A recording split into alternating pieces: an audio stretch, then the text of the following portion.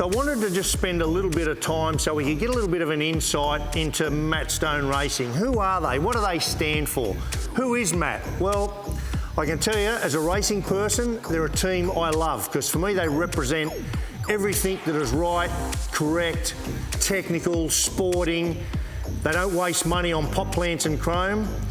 They apply themselves to the art of motorsport. So the team has managed to grow technically, it's grown commercially, and I reckon the Gen 3 era has now really worked for this team. It's an important part of why supercars went down this route.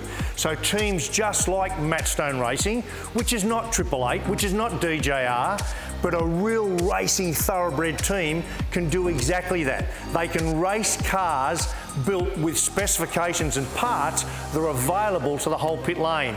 By that I mean they don't have to have upstairs a team of CAD designers. They don't have to have rooms full of machines and CNC machines and lathes here, building, research and developing. And that for me is a real win to the Gen 3 program.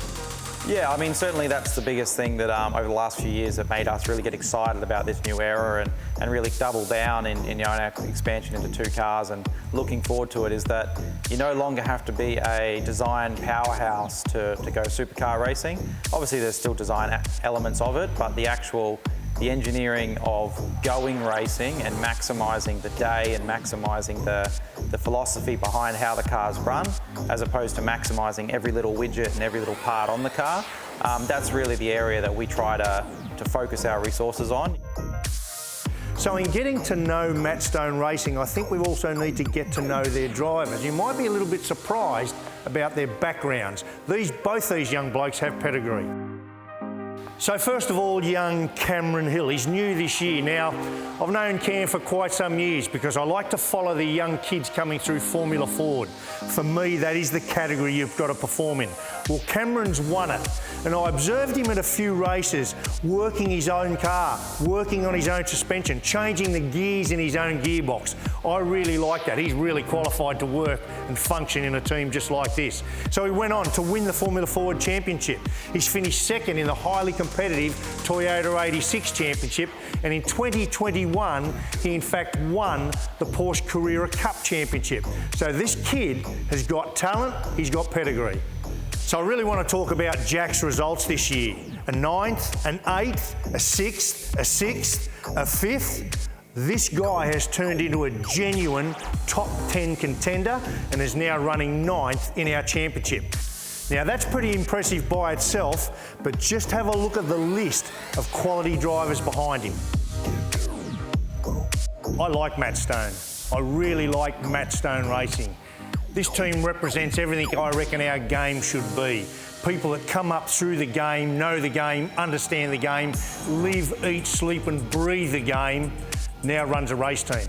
And Matty's put his balls on the line. He's had to bring together the commerciality to finance this, to get this team, this 20-odd staff up and running to run 2 Gen 3 cars in the modern era. No mean feat.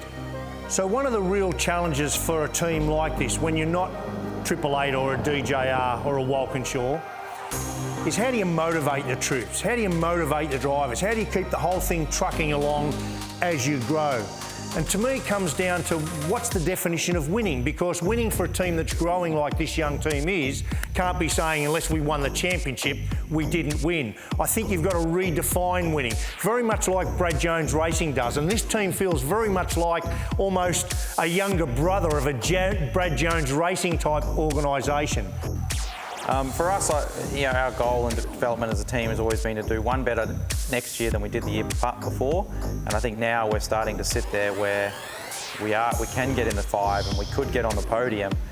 We just need to really start learning as a team how to operate in that space, and then before long we'll be able to start ticking those boxes and really delivering the racing that we're all aspiring to do. Matt Stone, a young bloke running 2 cars in arguably the toughest touring car championship in the world, and running one of those cars within the top 10. You know what? That's winning.